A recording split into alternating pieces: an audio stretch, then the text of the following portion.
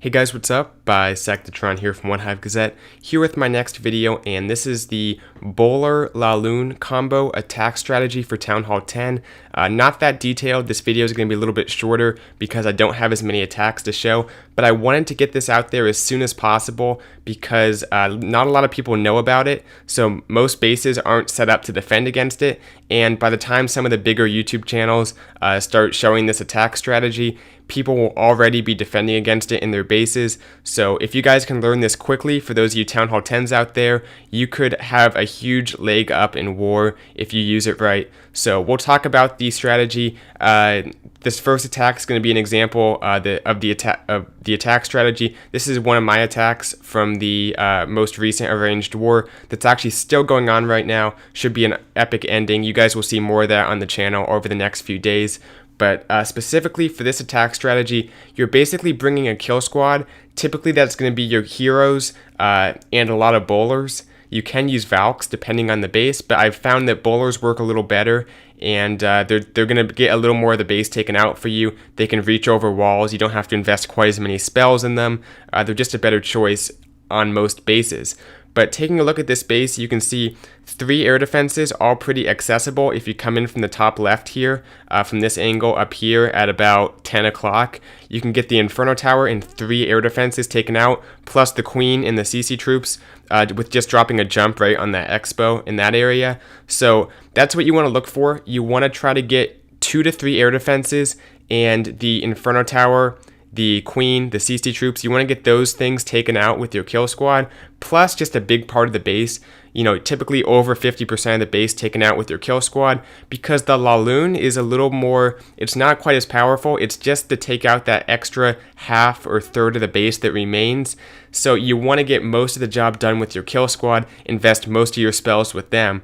But one thing to notice is the heal spell is also huge for your bowlers. You want to heal them as soon as that first Inferno goes down, because unlike on a mass bowler attack, you don't have any healers to get them back up to full health. They're going to go down eventually, nothing's healing them, and they don't have a ton of hit points. The giant bombs, the wizard towers, all that splash damage can be pretty damaging, so you want that heal spell to keep your bowlers up a little longer than they usually would. That'll help them get deeper into the base, get all the air defenses taken out, and set up your LaLoon part of the attack, because unless you get a big chunk of the base taken out with your kill squad, the LaLoon part is not going to work. So like I said, these 3 air defenses, all reachable. That Inferno Tower will go down to the Queen as she walks by. And looking at the LaLoon part of the base, the LaLoon part of the attack will be used on, you can see that these cannons, the ground expo, nothing's going to really be targeting the air troops too much. You do have a few archer towers, but that's pretty much it. Just 1 air defense, and we talk about the Lava Hound rule, bringing 1 more Lava Hound than the number of air defenses left up. That's not going to apply quite as much to this strategy. Typically, you're only going to bring 1 Lava Hound for each air defense. Now, if there's only 1 air defense and you have room, you can bring 2, but sometimes you won't have the troop space because you're bringing a lot of bowlers, so it might just be 1 Lava Hound for each air defense, and typically that'll be fine if you deploy your troops right. So I only bring 1 Lava Hound. It is the level 4 one in the CC, which helps because it has a little more hit points than usual, and just going to come in here for this Inferno Tower. Pretty easy pathing, Archer Tower to Inferno Tower. Just the second building they target will be that Inferno. I brought a freeze for the Inferno. Typically that's what you want to do if you have the spell space. Bring 1 freeze for that back end Inferno. It'll help protect your balloons a lot better. And then just going to swarm the rest of this base with balloons, get that last air defense taken out, and that'll be pretty much it. So we'll watch the attack. We'll talk a little bit about how it works out as it goes. Then we'll watch one more attack that didn't work out quite as well. We'll talk about that base and why it probably could have been taken out by this strategy, but the plan had to be just a little bit different. Pretty good plan on that second attack, just didn't quite work.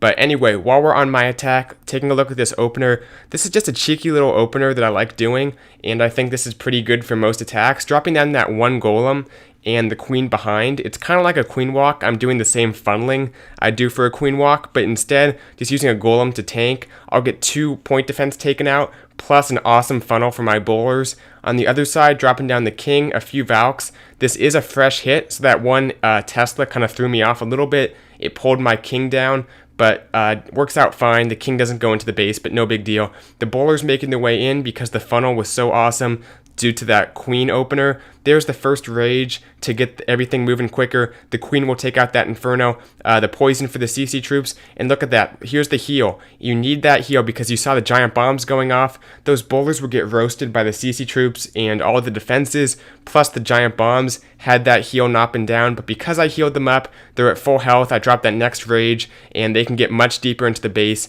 than if there wasn't a heal. All 3 air defenses are down. Now it's time for the Lava Hound to come in. Lava Hound, 3 balloons. I have the haste to get them moving a little quicker. Typically, all you need is a haste. You don't need a rage because you don't need that extra damage. Freeze for the Inferno. Probably didn't even need that because the queen was already on it, but it helped the balloons out a little bit. There were quite a few seeking air mines by the air defense, so my Lava Hound goes down pretty quickly, but I have enough balloons to overpower the rest of the base, and that's why it's so critical to take out a huge part of the base with your bowlers, because oftentimes the Lava Hounds will go down and all you have left are your balloons, and you can't have a bunch of Teslas and Wizard Towers, Archer Towers. You can't have all those normal defenses still up because they'll take out your balloons, so you want to get a big chunk of the base taken out with your kill squad and just save a smaller piece for your LaLoon part of the attack.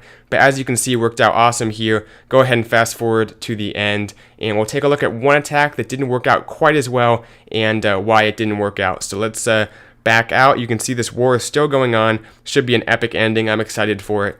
But looking at this next base, which was attacked by Mr. Alec, who had a pretty solid plan, it's also somewhat susceptible to this strategy. The difference is this base has the 4 air defenses kind of in a rectangle, and that's what you'll see more often than not. So on most bases, all you can take out is 2 air defenses, which is fine. He comes in here with a similar kill squad of bowlers, comes in at the bottom here, takes out this air defense, the Inferno Tower, drops down a jump to get to the core here.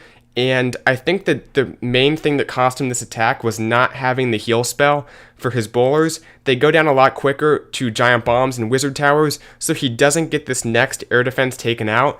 Had he got that air defense taken out and maybe a little bit more of the core, I think this would have been a 3-star, but his troops kind of fade out before he's able to take out most of the core, and because of that, his Lava Hounds, his balloons, can't handle the rest of the base. But you'll see he only brings 2 Lava Hounds, and that was just fine had only 2 air defenses been left up. It was because that 3rd air defense was still left up that he wasn't able to get the 3-star. So you'll see what I mean as we go through this attack. Drops down that golem to tank the king, the queen. A little bit of an easier funnel than I had, just drops down those baby dragons. They do an awesome job taking out the buildings to create the funnel. Those wall breakers go in and get 2 layers of the walls taken out, so he drops that jump up to connect the core. You can see the queen will take out that Inferno Tower. CC troops come out, and right here, this is where the heal would have been huge, because you'll see in just a moment the Inferno Tower goes down, and then the giant bombs go off, and the bowlers die a lot quicker than they probably needed to. Right there, only has like 1 or 2 bowlers left up. I think, maybe not for certain, but I think probably a heal spell would have kept everything up long enough to take out that wizard tower in the core, which will be important in a minute, and the air defense, which is extremely important to this attack, but comes in with the Lava Hound to tank for that air defense, sends in the balloons, and you can see the Lava Hound will last just long enough to tank for these balloons, and right when it goes down, the balloons close in on this last air defense, or not this next air defense. Here comes the Max Lava Hound from the Clan Castle. It has a lot more hit points, so it can tank for a lot longer. Sends in those balloons, has more haste spells, and those keep the balloons moving quickly. So awesome stuff there. Has the freeze for the Inferno. But right here, the balloons don't path into that next Inferno because the core is still left up. Because that Wizard Tower, the Air Sweeper, is still up, the balloons don't target that Inferno directly. So the Inferno stays up, the balloons go down, plus that next air defense takes out the remaining Lava Hound. But you can see he still had a Lava Hound left over even after the first 2 air defenses go down, which shows that 2 Lava Hounds for 2 air defenses can work out fine for you as long as you get a big chunk of the base taken out too. Just couldn't quite finish off the core, couldn't get that third air defense. I think that would have made the difference in this attack, but nice try to Mr. Alick. Good plan, and who knows, maybe someone will tweak it and get the 3-star before this war is over.